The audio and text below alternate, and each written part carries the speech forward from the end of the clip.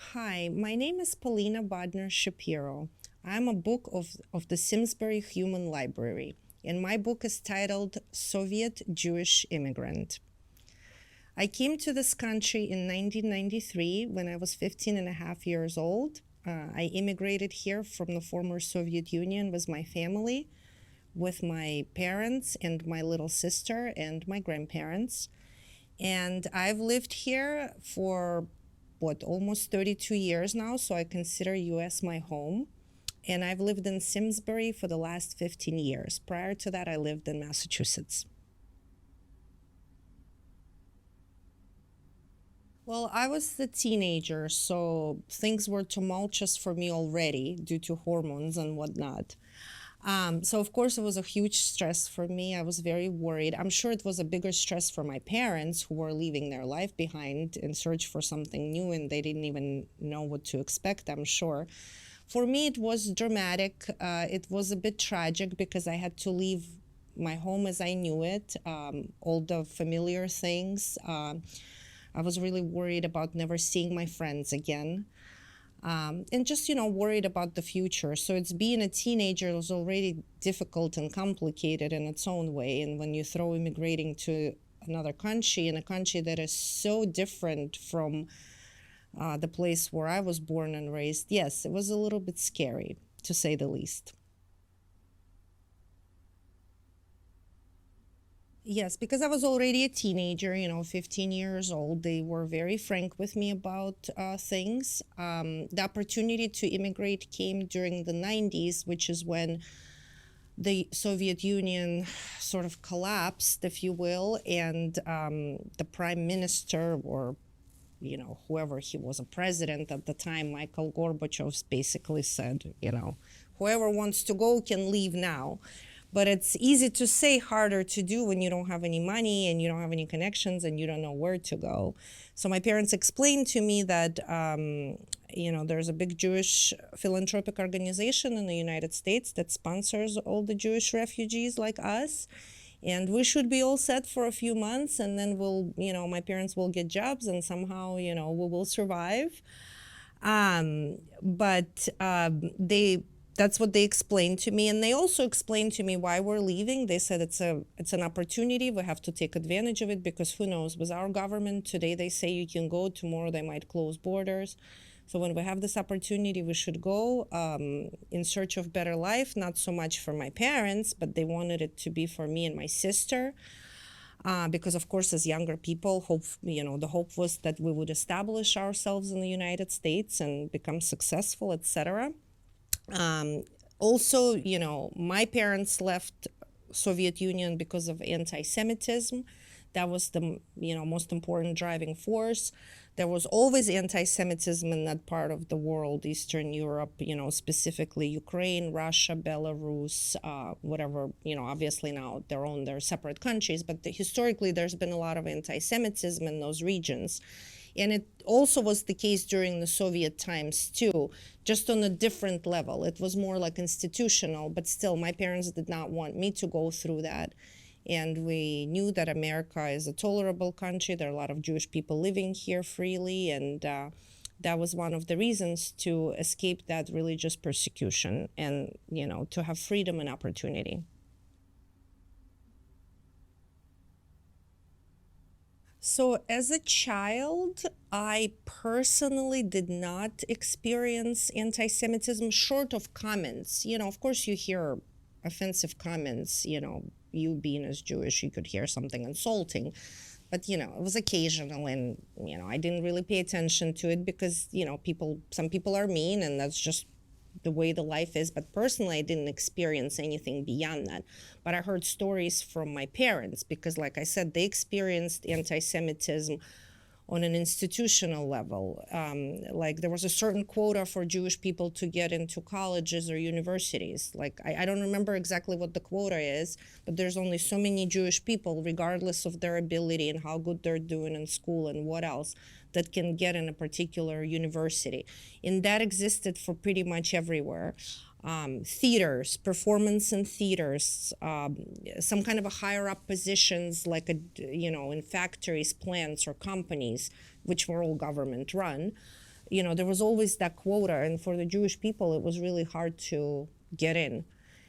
So my parents just did not want that to be something that I should experience, and I think that was one of the main reasons why they chose to immigrate to United States. But going back to the question, my mom and dad were telling me about that, and then some other incidents that happened to them personally. Somebody's calling them Jew this, Jew that in a public transportation, or when my father goes in a restaurant somewhere, sometimes he would hear all kinds of things like Jew this and Jew that. So I know that they've experienced it by far more than I did. I'm sure if I lived there longer, I would have experienced it much more. I just didn't have a chance because thankfully I left there at my age, at my young age. Yes, good question. So we had my mom's sister, my aunt, came, I want to say a year and a half before we did. So she's established herself in Springfield, Mass. With her family.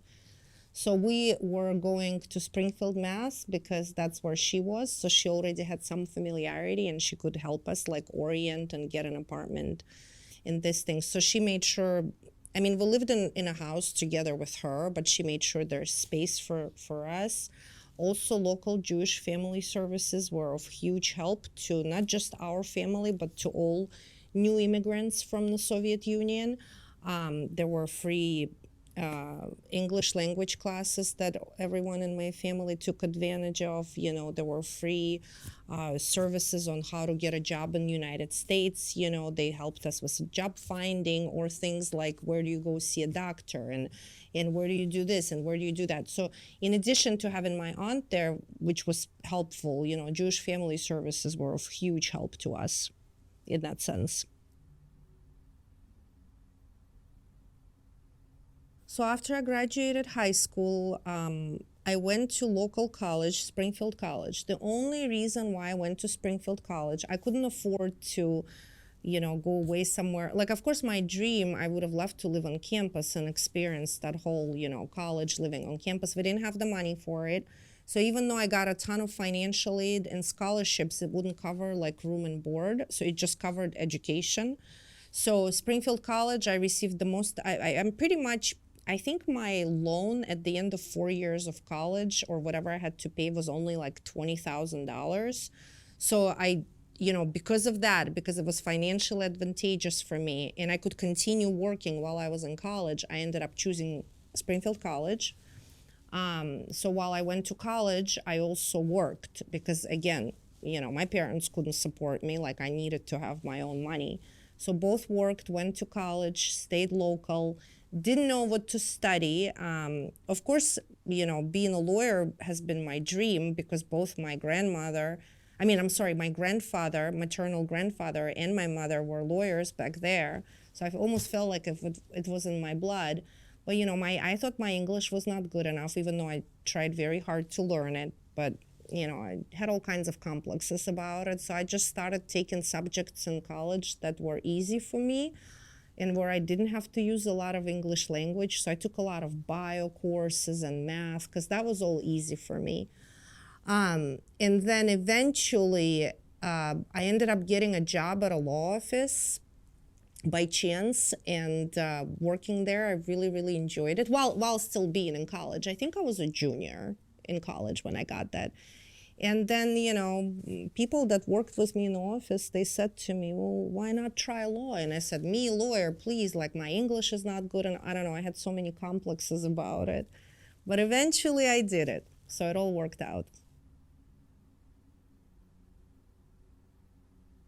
Oh, absolutely. US is my home. I mean, I've lived most of my life here. This is definitely my home. I've established my business here successfully. I have a lot of friends who are both American and also former Soviet immigrants. I have a good mix of both. Obviously I have my children here and all of their friends, and my mom and dad are in Springfield, Mass, so not too far. I definitely feel very lucky that I have that community here, but I do, for sure. I'm definitely well adopted. United States is my home. And I'm proud to call it my home. really do think that the United States, whoever came up with the term that it's a land of opportunity, that's 100% correct words. It is a land of opportunity. To me, it's the best country in the world. And I have traveled a lot, okay, all over Europe, you name it. I've been to a lot of different places. And I'm so proud and happy to call United States my home. I know, just like many other countries, this country is not perfect, and we have our issues too. And, no country is perfect, I'm sure. But at the end of the day, I'm so thankful to the United States for everything it has given to me, the opportunity to be successful, to have such a great life here. I love American people for the most part. Most American people that I've met have been wonderful to me. And I just, to this day, and I've been here for 32 years, if not every day, then every other day, when I wake up in the morning, or sometimes it's at night, I don't know, it depends on the day, I sit there and I think, oh my God, how lucky I am to live here, to be here, to, the life that I have built, all thanks to this country. And of course, big thank you to my parents who made the sacrifice to bring me and my sister here. So, yeah.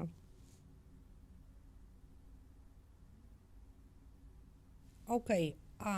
I think that a lot of Americans who, second, third, fourth, fifth generation, right? I mean, this is a country built on immigrants, right? A lot of Americans take this country for granted.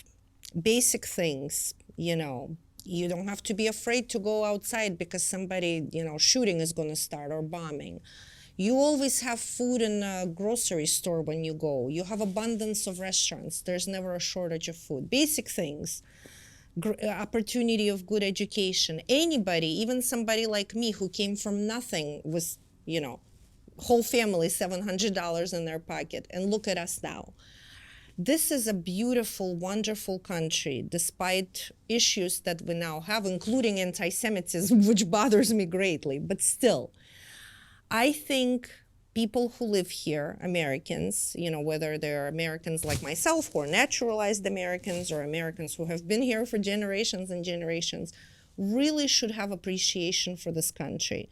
It's a beautiful country. I love America. I love United States. We should just have more respect for our country, more appreciation, not to take it for granted. And always remember that it is truly a land of opportunity. With right grit and determination, a little bit of brain, I think anybody could achieve anything here. So one of the things I love about United States, among many others, is how diverse the society is. I think it's great. Soviet Union, believe it or not, was a very diverse society. People came, it was a big cosmopolitan mix of people from all kinds of ethnic backgrounds, religious backgrounds, etc. And I will say, for the most part, we've always lived in peace. Here, I'm seeing similar. You have people from all kinds of different backgrounds, a lot of intermix of the cultures, various cultures, like a lot of cultural fusion here. I love that about the United States. And I actually think that's one of the big strengths of this country. So my whole thing is we gotta capitalize on that, right? Like, diversity is our asset. It's not a liability. It's an asset, in my opinion. So I just love that about the society. And that's another reason why it's so hurtful for me was the rise of anti-Semitism and all, because, being Jewish, that's part of my diversity. That's kind of what I bring to the overall, hodgepodge of all the cultures and everything here. So that's why, the two are sort of related. My hope for the future is that this anti-Semitism, it's just a stage. Somehow it will blow over. And of course, ideally, it would be nice if all of us could just be happy and get along and respect and learn from each other's differences, as opposed to hate or worse. I believe it's Kennedy, President Kennedy, who said it's not about what your country can do for you, but what can you do for your country? I think more people should think like that. What can you give back to the community? How can you make our country even better? It's not all about you, and what you can get. What can you do? So that's, I think, what I'm trying to say. It's a great country, and as its citizens, we should do our best to, bring our contribution as well to make it even better.